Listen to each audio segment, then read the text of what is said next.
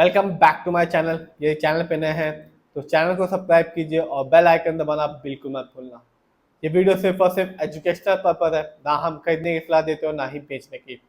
आज हम बात करने वाले हैं एक ऐसे कंपनी के स्टॉक के बारे में जिसने 5 साल में अपने शेयर होल्डर्स को 38,000% रिटर्न निकाल के दिया। सिर्फ इतना ही नहीं, इस कंपनी ने पिछले साल ही अपने स्टॉक को स्प्लिट किया 1:10 के रेशियो में, यानी कि हर एक शेयर के बदले में शेयर होल्डर्स को मिला 10 फ्री शेयर। इस कंपनी का नाम है हजूर मल्टी प्रोजेक्ट। सबसे पहले बात की जाए इस कंपनी के बारे में तो कंपनी बिजनेस में है रियल एस्टेट, यानी कि बिल्डिंग्स को बनाती और बेचती है। यदि बात करें आज की, यानी कि 30 जुलाई 2025 की, यदि हम देखें तो इस कंपनी का शेयर प्राइस है 42 रुपीज़ 57 पैसे और आज भी इस कंपनी ने अपने शेयर होल्डर्स को 5.74% का रिटर्न निकाल के दिया। बात की जाए एक साल की, यानी कि 2024 की, मार्केट डाउन था। इस कंपनी ने ना तो एक अच्छा खासा रिटर्न निकाल के दिया और ना ही अपने शेयर होल्डर्स का नुकसान कराया। इस कंपनी ने मामूली सा रिटर्न निकाल के दिया एक साल में 3.82% का। जानते हैं इस कंपनी के 5 साल के रिटर्न को, तो यहाँ इस कंपनी ने अपने शेयर होल्डर्स को मालामाल कर दिया। इस कंपनी ने 5 साल में अपने शेयर होल्डर्स को 38,230% का रिटर्न निकाल के दिया, यानी कि आज से ठीक 5 साल पहले इस कंपनी का शेयर प्राइस था 11 पैसे। तो जिस भी शेयर होल्डर्स ने इस कंपनी की शेयर की एक अच्छी खासी क्वांटिटी खरीदी होगी उस समय 5 साल पहले, उसे एक अच्छा खासा रिटर्न देखने को मिला होगा। जानते हैं इस कंपनी के स्टॉक के परफॉर्मेंस की, तो एक साल में इस कंपनी का हाईएस्ट शेयर प्राइस गया 63 रुपीज़ 90 पैसे, जबकि एक साल में इस कंपनी का लो शेयर प्राइस था 32 रुपीज़। इतना ही नहीं, यदि हम इस कंपनी के इवेंट्स को देखेंगे तो ये कंपनी ना केवल 5 साल में अपने शेयर होल्डर्स को माला माल किया, पिछले साल इस कंपनी ने अपने शेयर होल्डर्स को फ्री में शेयर भी दिया।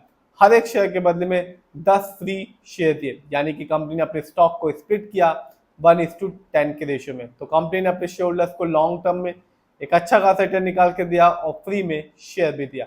जानते हैं इस कंपनी के फंडामेंटल्स को। यदि हम मार्केट कैप देखें तो कंपनी का मार्केट कैप है 881 करोड़। ये कंपनी मिड कैप की कंपनी है और मिड कैप की कंपनी का मार्केट कैप होता है 500 करोड़ से लेकर 7,000 करोड़ के बीच में। जानते हैं इस कंपनी के पीबी रेशियो को, तो कंपनी का पीबी रेशियो है 1.93। शेयर मार्केट में किसी भी कंपनी का पीबी रेशियो अच्छा कहलाता है 1 या तो बिलो 3। बात की जाए इस कंपनी के इंडस्ट्री पी की, तो कंपनी का इंडस्ट्री पी है 24.78। शेयर मार्केट में किसी भी कंपनी का इंडस्ट्री पी अच्छा कहलाता है 20 से लेकर 25 के बीच में। इंडस्ट्री पी से ये पता चलता है जो कंपनी का स्टॉक है मार्केट में चीप है या एक्सपेंसिव है। जानते हैं इस कंपनी के डेट टू इक्विटी को, यानी कि लोन कर्ज को, तो वो है 0.43। कह सकते हैं ना के बराबर लोन कर्ज है इस कंपनी पे। शेयर मार्केट में किसी भी कंपनी का डेट टू इक्विटी अच्छा कहलाता है 1 से लेके 1.5 के बीच में।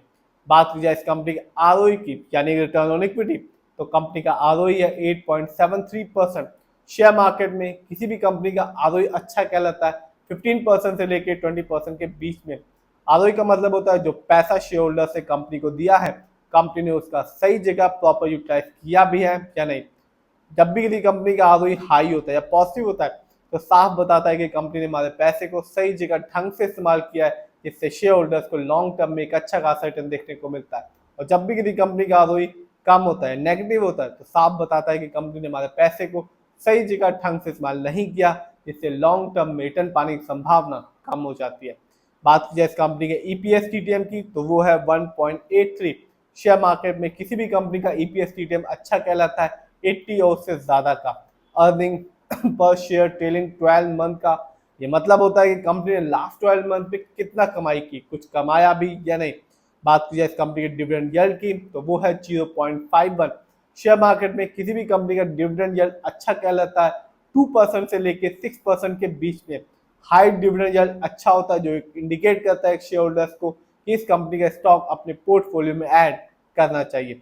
बात की जाए और देखा जाए इस कंपनी के फाइनेंशियल कंडीशन को, जब हम रेवेन्यू देखें तो मार्च क्वार्टर में इस कंपनी का रेवेन्यू था 252 करोड़, जबकि ईयरली बात करें तो 2024 में इस कंपनी ने रेवेन्यू के मामले में अर्न किया 549 करोड़।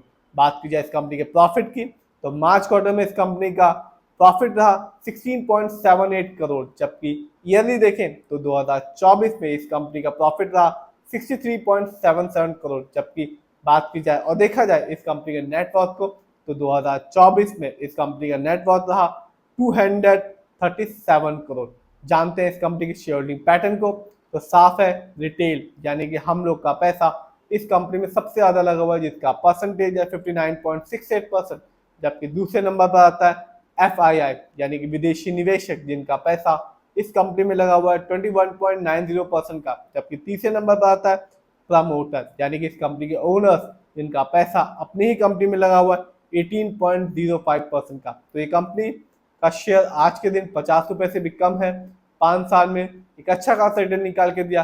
साथ ही साथ पिछले साल इस कंपनी ने अपने शेयर होल्डर्स को फ्री में शेयर भी दिए। फिर भी जिस भी कंपनी के शेयर में इन्वेस्ट करें, खुद रिसर्च करें, एनालाइज करें, अपने फाइनेंशियल एडवाइजर की राय लें, फिर अपने पैसे को शेयर मार्केट में लगाएं। यदि वीडियो अच्छा लगा हो तो लाइक करें, कमेंट करें और शेयर करना बिल्कुल मत भूलिएगा।